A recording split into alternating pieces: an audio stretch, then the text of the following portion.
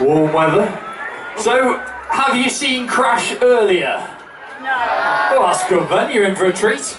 So, you're going to be seeing the Fire Service, Staffordshire Fire and Rescue Service, West Midlands Ambulance Service and Staffordshire Police all working together. This is going to be a setup of a road collision for you. You're going to see exactly what the emergency services have to do to deal with the scene. Now, hopefully none of you have ever had to be involved in a road collision. If you have, hopefully you will have noticed that the emergency services work very, very well together. And it's through training, a dedicated training between all the emergency services that makes that possible. Very soon I'm going to be handing over to a colleague, Sergeant Reeves, who's going to explain to you exactly what's going on as the demonstration carries through. So we'll just wait for arrival. We'll let these guys get themselves set up, and we'll be with you very, very shortly.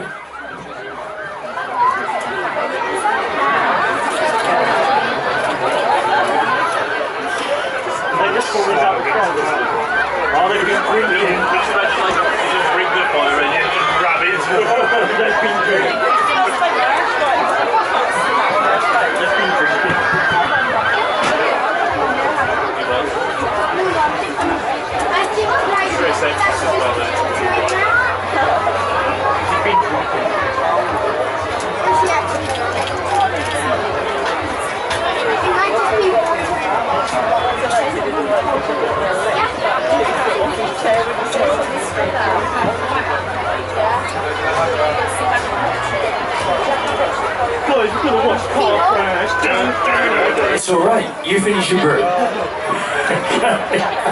You weren't listening. Okay, so what we're about to see here. Right, what we've got here, this is our, the long phrase is Joint Emergency Services Interoperability Principles, JESIP, or cooperative working between police, fire, ambulance, or the emergency services. So we've got a simulated crash which will involve police, ambulance and fire taking their roles as the situation develops. So we're going to have police come in initially. We're simulating, although there's only one vehicle, we're simulating the fact that this vehicle has been involved in some kind of traffic accident and or some kind of collision. Police officers will attend, and then the situation will develop from there, involving all of the emergency services. So that's what we're doing, mate. We're joint working. This is quite a real scenario, isn't it? What we're seeing here is what police officers are dealing with day in, day out, probably on a daily basis, maybe once or twice per shift. Yeah, absolutely. This is, like I say, bread and butter work really for police officers. And the, like I said, cooperative work and collaboration between ourselves, ambulance, fire service, it happens so regularly. Like I said, we know each other almost on a first name basis. The same teams work the same shift, so this is a regular business for us. So it's hopefully what we can show people how it goes. So these guys are in for a treat now. We're going to see some cars being cut up, possibly. Yeah, you're going to see, hopefully, I mean, it depends what the situation is. I don't want to give the game away, but yeah, you're going to see everything. You're going to see the giant mechanical lobster that is the jaws of life, and they're going to come in and we're going to deal with the prisoners. Police first, the situation will develop, and I'll say, hopefully, it'll be as dynamic as we can make it, but also as realistic as we can make it. So that's the plan, mate. Yeah, exciting, hopefully. That's great, thank you, Tim. Tim's going to talk you through exactly what's going on as it happens in front of you, but please, guys, give a big round of applause, please, for the guys here. They're doing this voluntarily today, most of them, so big round of applause. This is hard work, so particularly in this thing. So we do Tim, thanks. Thanks, Les. Cheers. Okay, hello, ladies and gentlemen. How are you doing? Yeah, get nice and cool under there. Sun's gone in now, so I'm going to sweat less, which is good. And hopefully the fire will as well. Right, as I said, we've got a simulated crash. Now, I haven't got much lead on here, so I can't really see how far I can get. But I can see, I can see one lady in there. Can anybody see anybody else? Is there just one person in the car?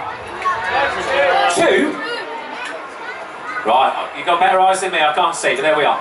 Right, so, what we're going to have is simulated crash. We don't know what the circumstances are yet, but a 999 call's been put in and the police are on their way.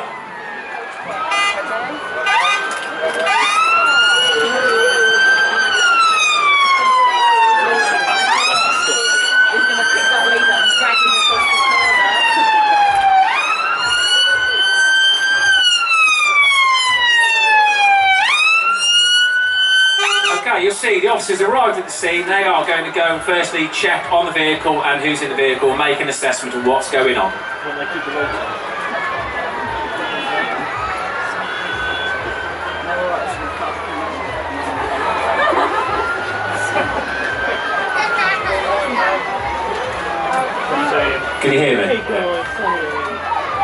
Lovely, right. So we've got PC.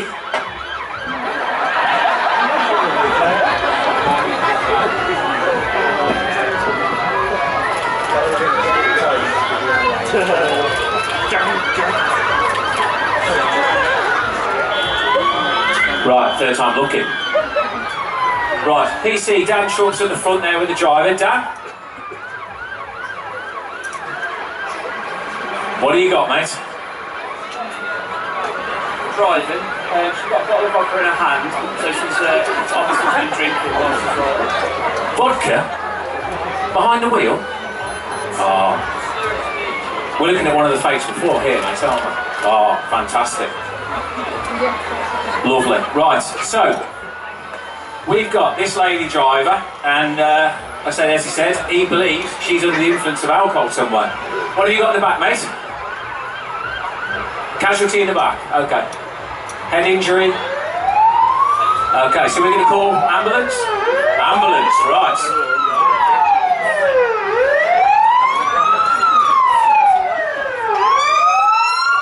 And the fire brigade.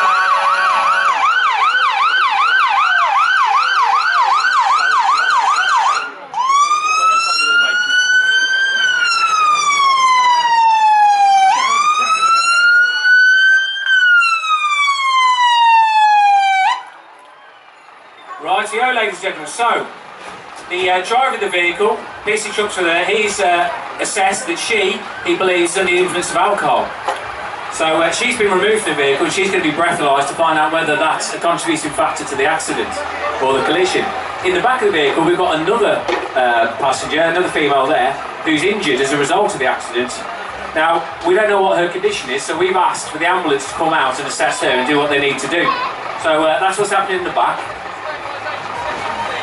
My colleague at the front, now she's lying on the floor. Now that doesn't look good, does it? The driver's had to have a lie down. So, we spoke briefly about what we said was a fatal fall. It's four things that are one of the major contributing factors to most collisions on the road. We're looking at drink or drug driving. Now, she's come out the front seat with a bottle of vodka. I think we're pretty happy that that's going to be a contributing factor. We're also looking at contributing factors for accidents like the use of mobile phones or driving, people being distracted. We're looking at excessive speed, people going too fast for the conditions of the road, and oh, she doesn't look well at all, does she? No, I'll get an update on her in a minute. So, like I said, we're looking at these factors about what's up. Now, I will speak to one of my colleagues at the minute. That driver doesn't look healthy at all, does she? Incident commander for the fire. I'll just get the fire update. So, what we've seen, obviously the police here sorted her out, ambulance are dealing with the female, and we've also got the fire service here. So, what's happening with yourselves, mate? Hiya. From a point of view of RTCs for ourselves, road traffic collisions, our responsibility is scene safety, so when we rock up we get a hose reel off just in case the car catches fire. And then we started making sure that there's no leak in fuel, looking for any sort of hazards around the vehicle, which is why I did a bit of a 360 with my Oppo. Once we've done that, we start thinking about stabilising the vehicle to stop it moving. Say for example we could turn up and if the handbrake wasn't on or if it's resting in an awkward position, it could roll down the hill. So it's doing that and it's also stabilising it off its suspension, stop it bouncing because a bit of movement could cause problems with the casualty. We're liaising with the paramedics as well to make sure it's a controlled release or a rapid release. If it's a rapid, we need to get the casualty out really quickly. And then we start thinking about glass management, safety restraint systems like your airbags, making sure that we know where they are so we're not going to put where they are. And then it's just about managing the car. The way the casualty is positioned in this vehicle, we're not going to do a roof removal, which normally creates a maximum amount of space. But what we're going to do is a side removal on this side and bring the casualty out this way. Just a little bit quicker. Obviously the first casualty is already out and they're doing some CPR on it, so we would assist in that if we happen with other people. But for the time being, what we're focusing on is getting this side done. Thank you very much. So, bottom line, is the door coming off? Is the door going to come off? Oh, okay, that's good. I'll let the people know. So, as the colleague was saying there, they're not going to do a roof removal, they don't need to take the whole roof off, but they're going to take her out the side of the vehicle, which will mean they've got to remove the side of the car. So this equipment you see on the floor with the giant metal lobster hands. It's called the Jaws of Life, which you might have heard about. And it is a massive cutting tool for taking the side of the car off or other parts of the vehicle.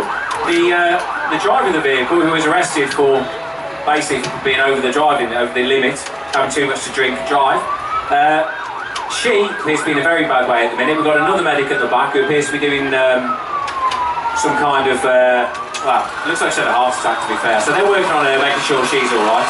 So they're both busy. And the police officers are helping out. We are trained to a degree, not to the same extent as these lovely staff, but we can help out where we can. So as it stands, we've got one lady in custody who's currently being worked on by the medics, the paramedics, and we've got the fire service here who are going to look at removing the other casualty from the back. So one incident, one arrest, 2 casualties.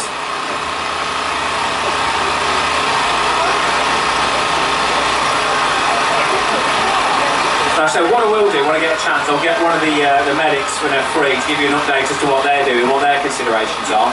Ordinarily, with anything like this, from the police point of view, we would be looking at, obviously, any infractions of the law, we'd be looking at the investigative side of it. So first off, we'd be obviously dealing with the driver, if there are any potential breaches there. In this case, she was arrested for being over the drink drive limit. She provided a positive breath test. Since then, she's become ill, and so she's been dealt with by the ambulance. So our priority shifts, so the investigation take a back seat, and obviously her medical needs are right at the forefront. So she's been dealt with by the ambulance. In the back of the car, we have the other casualty.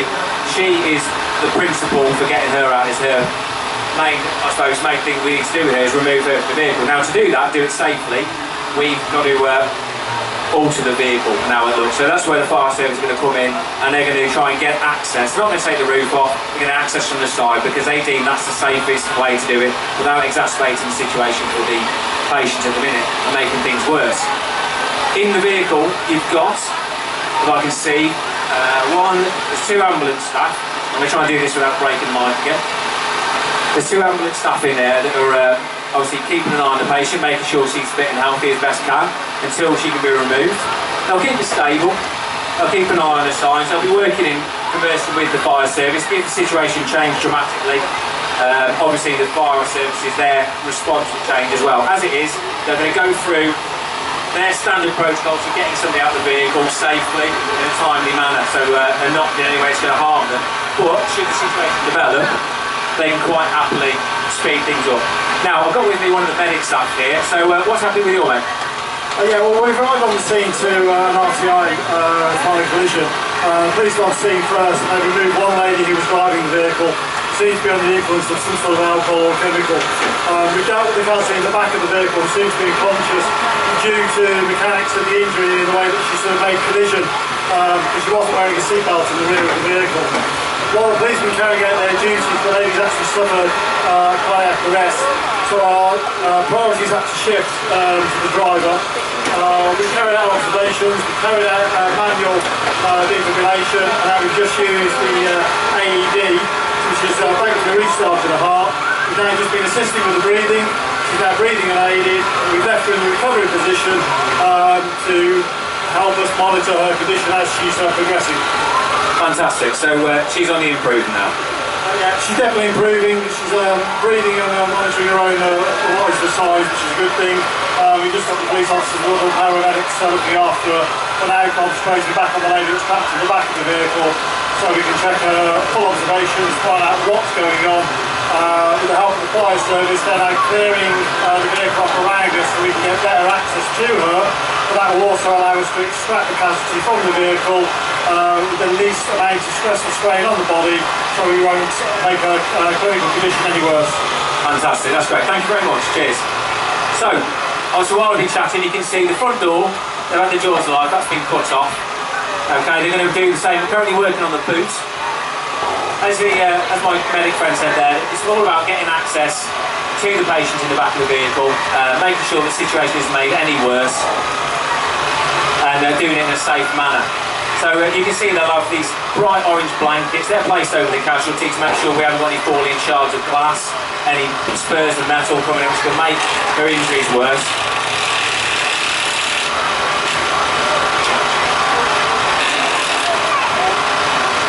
And that's it, they're going to go for a size removal instead of taking the roof off. On the earlier demonstration, there is a vehicle at the back, the blue one, where we did actually take the roof off. But doing it differently this time. This time we're going from the side. That's what they decided. So off comes the boot. That'll be taken away. Second door's off on the side. So we're getting there. Now, as my medic friend said, the lady at the back, the driver, she developed complications after she'd been arrested. So I say we're not.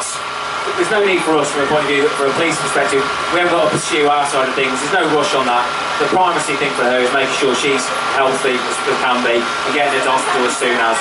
She's in a recovery position, she's fit and well as much as can be, and once the opportunity comes she'll be removed from the scene, and as he said, focus is now shifted to the casualty in the back of the car.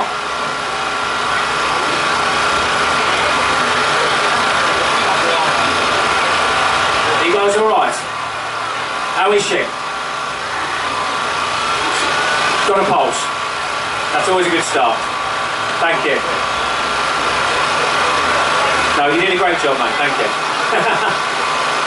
Right. I'm going to try and move without breaking his mic again. So, they've got this machine here, the generator, is connected to two sets of these jaws alike. I'm imagining what they're going to do is they'll start off, you've got the three sides, but they're going to remove the side up there, so I imagine that centre pillar's line has come out. So what you see, like I say, the jaws are like, they are pneumatic driven, literally just a massive lobster claw, massive metal lobster claw that will just cut through the metal. I was saying earlier, it's like a hot knife through butter. It's not that hot knife through butter-ish, but it is very, very effective. You certainly wouldn't want to get your hands, your fingers, your thumbs or anything in there, because you'll lose it. But it's like a massive pair of pliers which is now just going to cut through that metal on the car.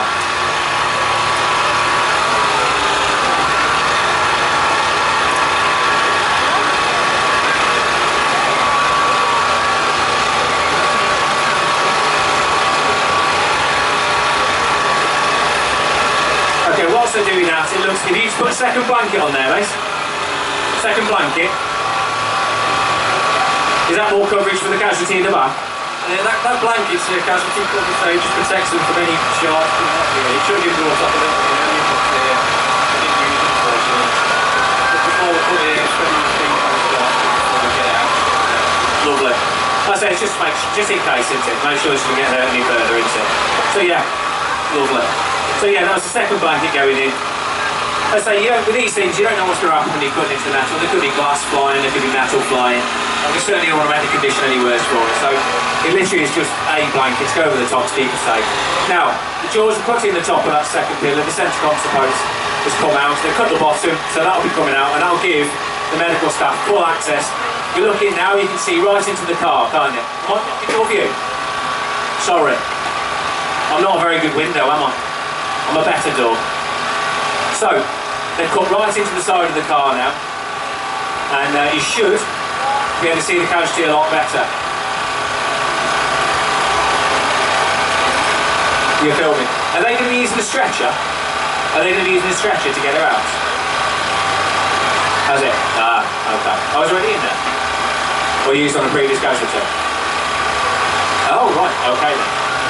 There we are. No stretcher this time. Been diverted to more important things. So, what they're doing is, obviously where they've cut away the metal, you've got a lot of bare metal, a lot of sharp bits now. These blankets are going on to cover that up. It's just like putting bubble wrap around the sharp edges. So when the casualty's coming out, there's less chance of getting caught or snagged, or even the members of staff getting caught or snagged on these sharp edges. It seems dead simple, but it is. I imagine this has come through trial and error where people have been hurt. So, like I say, you think it makes a lot of sense in retrospect, but I imagine it's probably how it's gone about. But either way, blankets go on. So when the casualty comes out, nobody's going to get hurt.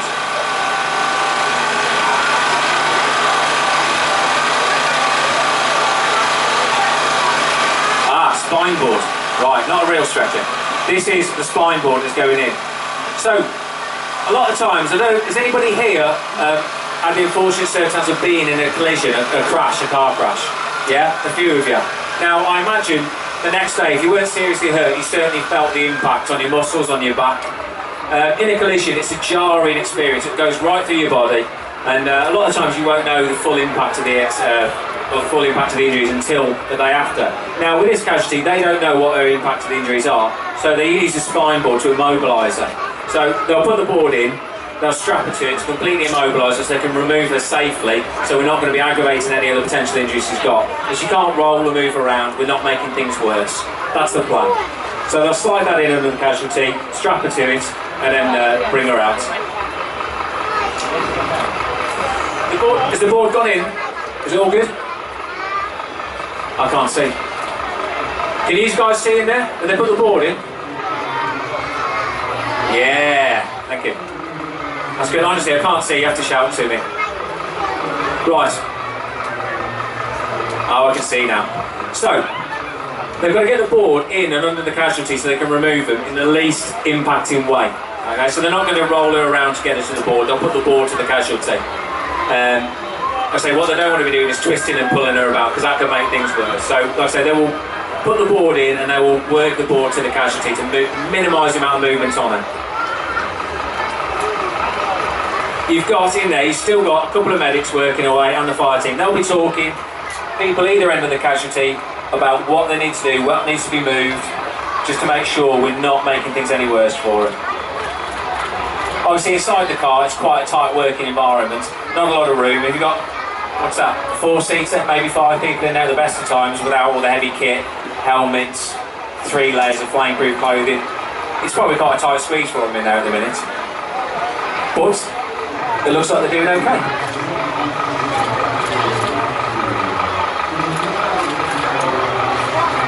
Lovely, yeah, she's on the board. Danny, how's the casualty at the back, mate? Is she alright? She's talking. Lovely.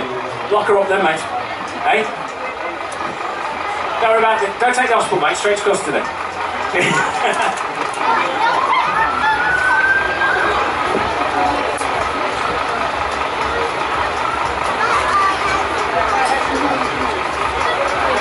What's that? It's a giant plectrum, doesn't it? Right. So, now the casualty's on the board, she's all strapped in and secure, and they're going to start removing her. I say it's called a spine board because she should be as immobile as possible. We don't want her rolling around, we don't want her moving, and certainly be dragging her out. So the plan is to keep her stable and get her out of here so we can get her onto the ambulance. She's fine, Danny, isn't she now? Oh yeah, she's got to go. Okay, and that's the casualty out. Obviously the car's at the side cut off, so give full access. Casualties removed, completely safety, and we're all done.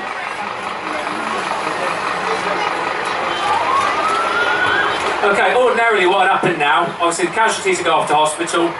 The fire would make sure the vehicles are all nice and safe, so we're not looking at any electrical shorts between the engine and the vehicle to cause any fires, and then the road will be cleared off, get the vehicles shifted, and from a police perspective we then look in the meantime. So, the fire will be cleaning up. You'll see the guy at the front, he'll be lifting the bonnet up, hopefully, and what he's going to be doing is detaching the battery or cutting the battery so there's no chance of electrical short causing the vehicle to catch fire. All good, that's done. So, other casualties in the back of the car, she's made a remarkable recovery, which is always good, and the other casualties going off to hospital. And I think, ladies and gentlemen, that is it. So, that's how we do it, that's what we work together. Thank you very much.